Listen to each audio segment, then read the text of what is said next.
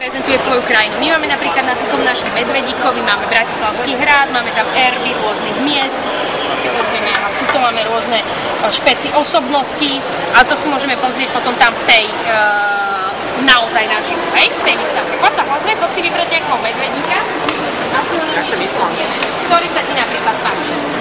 Poď. Napríklad to Barbados, to je taký parádny ostrov a oni sa rozhodli poukázať na to, že ako je tam krásne, že tam majú more a že sa celý čas vybalujú na plážach. Kto by tam nechcel ísť? Išla by si, nie? No, ale môže je zaujímať napríklad Austrália. U nich Austrália je kde, vieš? Hej? Áno, tak to máme, že Európa, Afrika, Austrália, hej? Kontinent.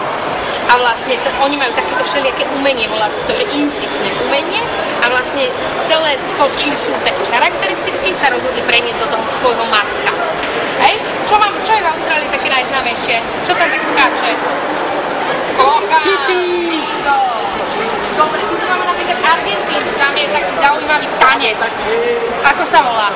Muž má väčšinou v ústach rúžu a tancuje a ide, že Tango, bingo! A vlastne celý tento medvedík a celé tieto ornamenty majú znázorňovať aký príbeh vzniku tanga. A máme tu vlastne všetky ich farby, ktoré sú použité. Vidíš, tu vidíme argentínsku vlajku, takže je tam modrá, biela, takáto zlatistá. No a tu je tá Andora, o ktorej som hovorila, ktorá teda sa propaguje a prezentuje predovšetkým tou svojou mnoho variáciou všelijakých pečeniek a celej školy. Áno, to je rastlíctvo. Ideme ďalej? No poďte. Tak ideme ďalej. Tu máme aj napríklad susedný, aký je susedný štát náš, ktorý hovorí podobne ako my? Česko, bingo. Tak tu máme českého medvedia. Hlavné mesto Česka? Bingo. Tak, oni sa rozhodli znázorniť na svojho medveďa, je vlastne vo farbách vlajky, biela, modrá, červená, takisto ako my. A máme tu teda tie vežičky, rôzne prahy. Ako sa hovorilo, v Prahe sa hovorilo, že 100 vežatá, kedysi, keď sa pozrel na Prahu z nejakého vysokého miesta, tak si videl 100 vežičiek, teraz ich už je viacej a hlavným znakom a symbolom, teda Českej republiky, ktorá je na korunkách znázornená, je a on má 2 chvosty. No, ešte aj túto kolega vám môže niečo povedať, vyberte si ako medveďa, niečo si povieme o ňom. Čo? Odtiaľ to pochádzajú všetky plyšové teddybearky, ktoré máme doma, všetky zvieratka, a to je Čína. Poďme prejsť, toto smrdí. Poďme sa dá. To sú parádne, to je krásne, tento dámsky. Vlastne celá tá výstava ide o to, o nejakú mieru milovnosť, aby zavládol mier na svete a tolerovali sme sa aj nielen medzi krajinami, ale aj ľudia v krajine ako takej v sebe. Napríklad zaujímavý je, toto je Egypt. Čo je v Egypte také známe?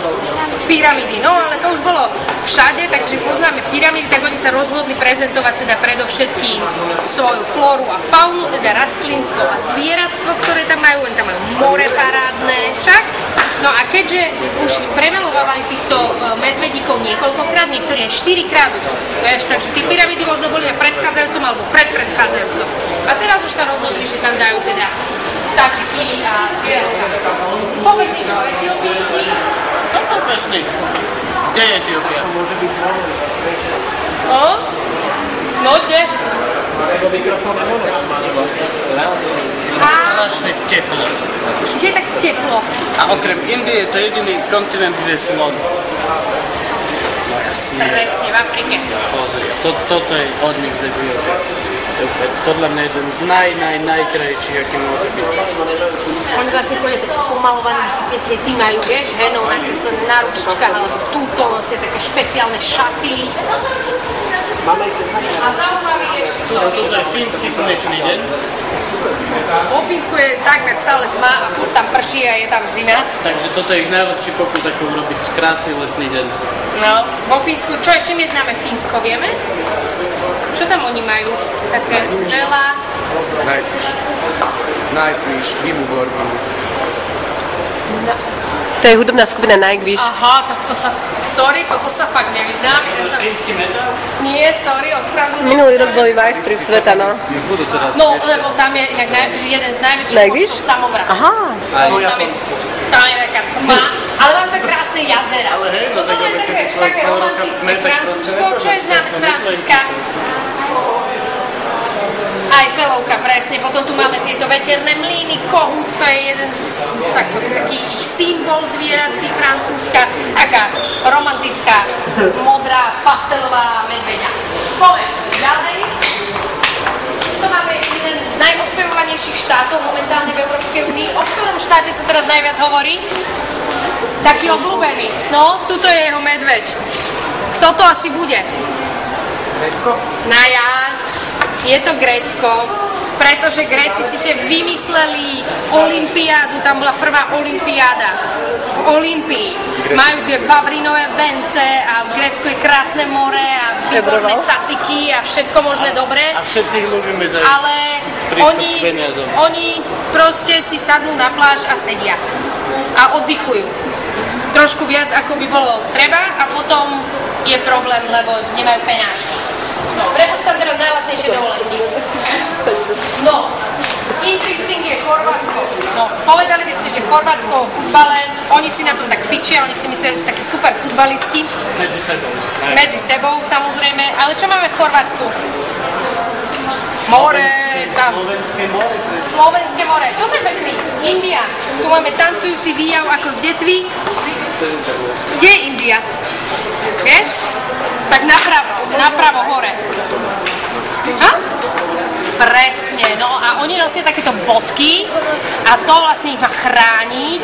Ženy nosia ešte predtým, než sú vydaté, tak majú inú farbu bodky a potom, keď sú vydaté, tak majú zase inú farbu bodky a ona ich má chrániť pred tými mystickými zlými silami. A tento tradičný odev, ktorý má na sebe, tak sa mu hovorí, že sári. Jo. Sári. Klasický indický odev. V Indii furt pijú čaj a nosia sári. No, napríklad tuto Irak, tuto sa pochádza taká známa rozprávka o lietajúcom kobercovi. Aladín, presne. Čo ešte k tomu by ste, ktorý sa vám, toto je obľúbený kolegov? Hej, to je jeden z najhorších, aký existujú. Hej. Áno, lebo však Neviem čo sa si, deje väčší gíč si neviem na predstaviť. Sviatok svätého Patrika v Bratislave. To je Boží dopuštení, že áno. Kto prejde, nie? Nechoďte do Bratislavy? Tak utíkame z Bratislavy. Vtedy je tu Brusel. No. No, toto je napríklad Japonsko, ktoré je vlastne, tuto je nápis, aby sa vlastne ľudia medzi sebou komunikovali a vlastne boli k sebe mierumilovní. Aby sa čo? Nezabíjali. Že áno, toto je zaujímavé, táto Južná Afrika. Čo je v Južnej Afrike? Diamanty? Teplo, strašne teplo, ale majú tam hlavne žifary, presne, a Poštrosy, slony, nosly. Poďme. Toto je taký srandovný, to budete hádať, že že typnite si, že čo to je za štát. Čo? Jak ty vieš? Jak vieš? No napadlo by vám, že je to Kanada? No, Kanada totiž to oni majú medveďa ako symbol materstva a istoty a stability. Takže on vlastne celý, on sa to zobrazuje celé, že na porceláne je nakreslený medvedík, alebo teda z porcelánu. Lebo to symbolizuje tú krehkosť a krásu, že? Porcelán. V podstate v Kanade je ešte celkom rozšíreným vierovyznaním taká tá klasická stará indiánska viera, čiže oni žijú veľmi v blízkosti s prírodou, dalo by sa povedať. Tak preto medvedík. Hej? Dobre, napríklad krásna Keňa. Kde máme Keňu? Tam je tiež tak teplo. Čo? No tiež to bude na A, lebo všetky kontinenty sú na A, že? Okrem Európy. Áno, tak ale to vieme, že Keňa nie je v Európe. Amerika, Afrika a Európa napríklad. A Ázia. A Ázia. No, takže Keňa je v Afrike, že sa nemýlim? Nie. Keňa to je v Európe. No, tak Tak oni sa tam tak pomaľovávajú vždy. Videla si už niekedy takých Afričanov, domorodcov, ako tancujú v tých dokumentárnych filmoch, že? No, tu je taká trošku recesia kolumbijská. No, Kolumbia je teda známa všeličím, ale neviem, či jazdínkami zrovna. Dobre, poďme ďalej.